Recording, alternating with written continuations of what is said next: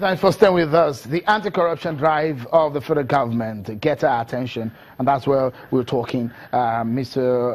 Ikechukwu Ukeji is still here, and Chief Obla in our Abuja studio. Let me come to you now. With all of this that we've seen, isn't the federal government up for some fights with the judges, considering the fight? It looks so much that the federal government took a fight to them, to that sector. Absolutely. I want to say here that the statement of the president some time ago that the judiciary is his problem it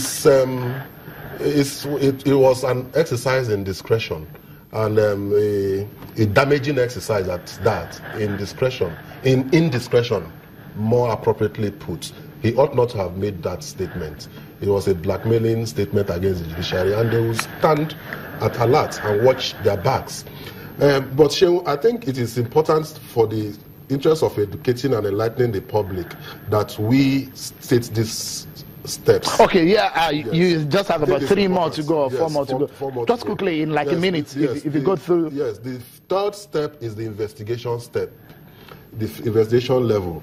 A case is as good as its investigation. Most times you see that our investigative agencies conduct shoddy and leaky investigation, that the defense finds it so easy to put loopholes into, to pick holes into. That is the third step. So if you do not conduct your investigations exhaustively and you have a foolproof case before you rush to court, or before you even rush to arrest the person, you've already started losing your case ab initio. The fourth level is the prosecution stage. That prosecution stage is very, very important. We need professional prosecutors, people who are well-read and well-educated in the art of prosecution. Sometimes you find that prosecution do not even know, prosecution officers do not even know the difference between a foolproof case and a case that has no strong evidence. And that is why before they even go to court, they don't take adequate time to look into the case. Sometimes, as a professional prosecutor, you should be able to reject some files or ask that the investigative agencies go back and bring more evidence. That's number 4. Okay. Number 5 is the defense. And I'm being very brief about it because there are a lot of myths inside of all of these things. The number 5 step is the defense. Where you have a very good defense, a good defense lawyer can make you think that black is white. And so for you to be able to counter such a defense lawyer, you as a prosecutor, you should also be able to prove to us also that black is white by your prosecutorial prowess. Okay. And so when you meet such a good, very good defense lawyer, it is easy to pick holes. And as lawyers, we work more in exceptions. We look more at exceptions than the general rule. So where a defense counsel is good enough and puts hole into the prosecution's case, it becomes a problem. Then the last stage is the judge's stage. Judges are not Father Christmases. They are not Father's Christmas. They are judges that sit on cases as you bring to them.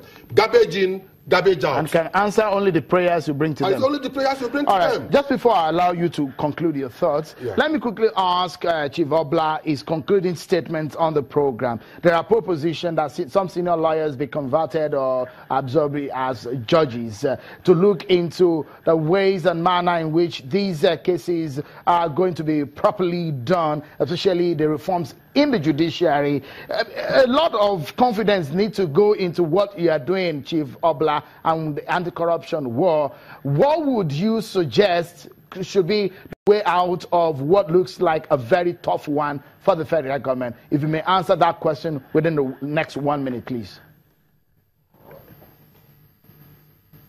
Yes, let me quickly say that fighting corruption is not all about prosecution. If you are very objective, you will see that the federal government has put in place so many things in blocking the leakages, the loopholes, through which money used to be siphoned out of the system. So let me then go to your question. A good judicial system needs judges who are firm, judges who are disciplined, judges who have integrity, judges who are knowledgeable. And the Nigerian judicial system, 40 or 50 years ago, used to be one of the best in the Commonwealth of nations. but now we have seen a lot of deterioration.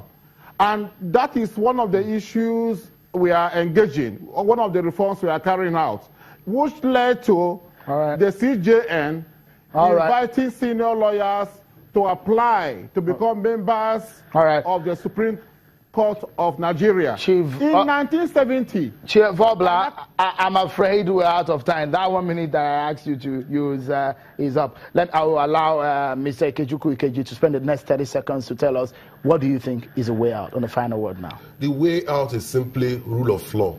Do not go out to proclaim somebody as servant stolen or as being a criminal without first concluding your investigation. Nigeria operates an adversarial system of criminal justice, not inquisitorial. Adversarial means that you are presumed innocent until proven guilty. Inquisitorial means that you are already guilty. It is for you to go and prove your innocence. Many thanks, Mr. Ikechukwu Ikeji, a Nigerian lawyer, and Chief Obono-Obla is the Senior Special Assistant on Prosecution to President Muhammadu Buhari. Many thanks for being part of the program. And that's our show tonight. In everything that you do, know that fairness and justice should prevail. Many thanks for being part of it. I'm Sean Kimale. Bye for now.